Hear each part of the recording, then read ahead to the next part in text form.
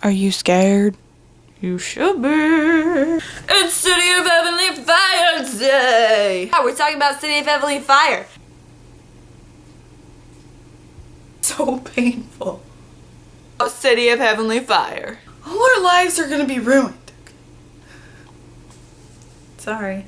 Just a fair warning, if you guys have not read all of the Mortal Instruments up to City of Lost Souls, and you haven't read the Infernal Devices, I recommend you don't watch this video unless you want to be spoiled, because there are going to be spoilers in this, so if you don't want to be spoiled, just leave right now.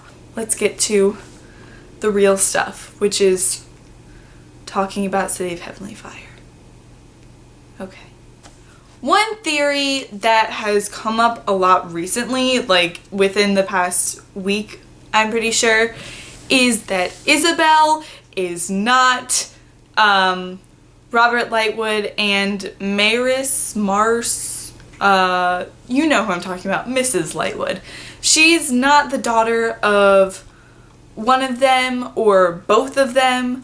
I'm just gonna tell you straight up, I don't think that Isabel is Robert Lightwood's daughter. I think that she is Valentine's daughter. And here's why I think that: she has black eyes, and so does Valentine. But she looks a lot like her mother, so it never really says anything about her looking like Robert. So I do believe that she is Valentine's daughter, and I think that Cassandra Clare would do something like that to us because of the whole thing that happened in the first 3 books.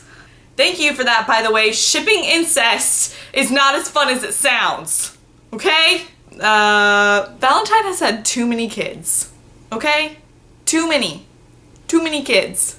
He had Jace, he had Sebastian, he had Clary, now he has Isabel. Maybe he's like, I don't know, he's probably someone else's dad too, okay? What if he's Simon's dad? It could happen. Valentine needs to chill.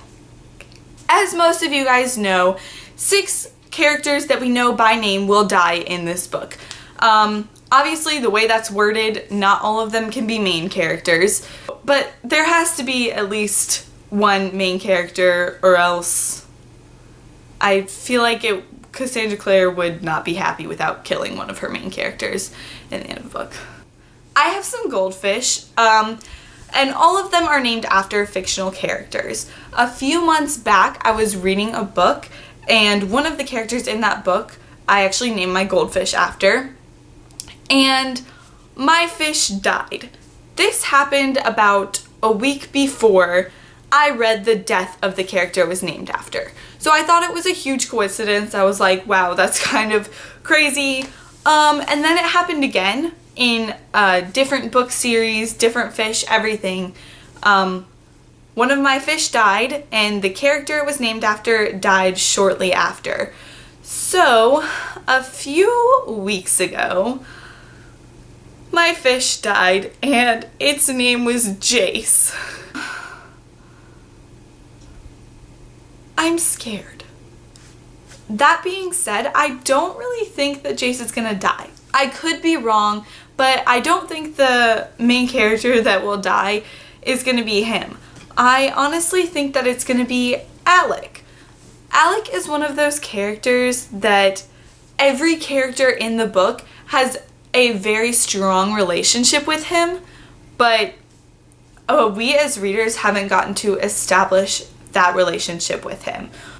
We've seen the story through Clary's eyes, through Jace's eyes, through Simon's eyes, more recently through Izzy's eyes.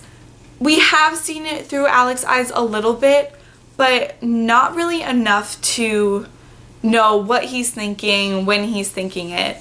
With Jace, we can kind of know what he's thinking with his body language or with what Clary says about him. Same thing with Clary, what Jace says about her.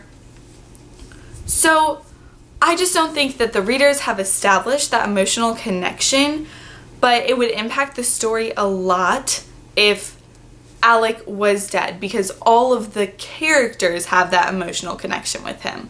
if you don't know this, which you probably don't, Sizzy is my OTP.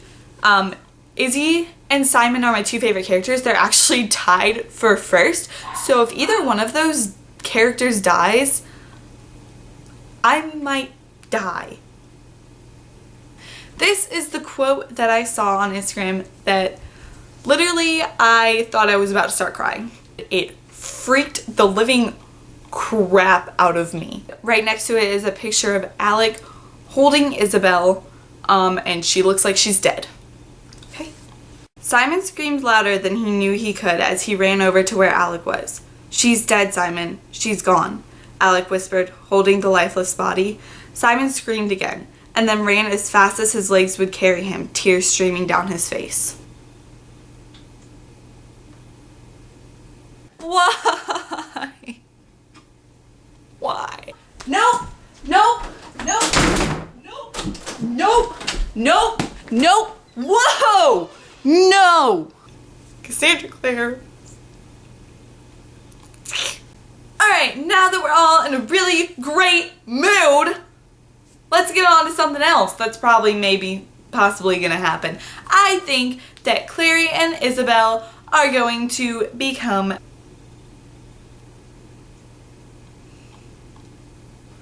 the American way pair of butt-tie. Pair of butt-tie. Or the Greek way, which isn't much different, pair of bati.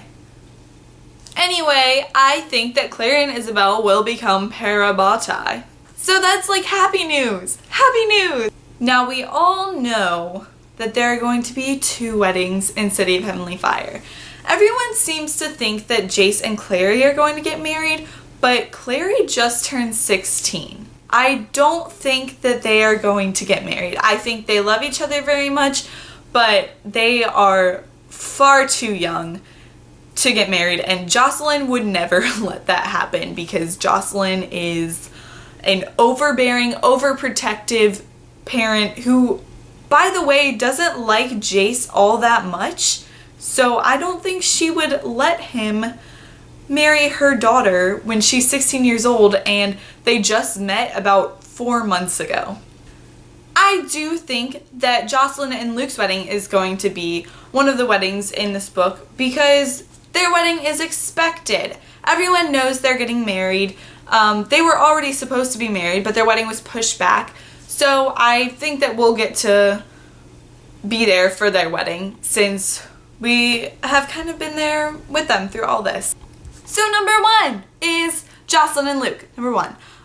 Number 2, the second wedding that will happen in City of Heavenly Fire is Tessa and Jem. This is going to happen.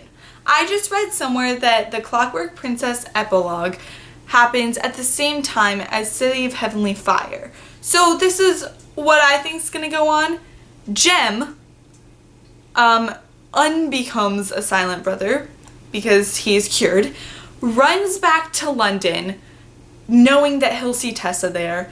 The Clockwork Princess epilogue happens. They go back together to New York and they rekindle that love that they had so many years ago and that they still have for each other, and they get married. Good luck to all of you guys who are going to read this book. I hope I didn't scare you too much. I probably didn't. You guys were probably thinking a lot of this before. I just wanted to share with you what I thought, how I feel about this, and how scared I am for this book, but also how excited. So tell me what you guys think is going to happen in the comments below.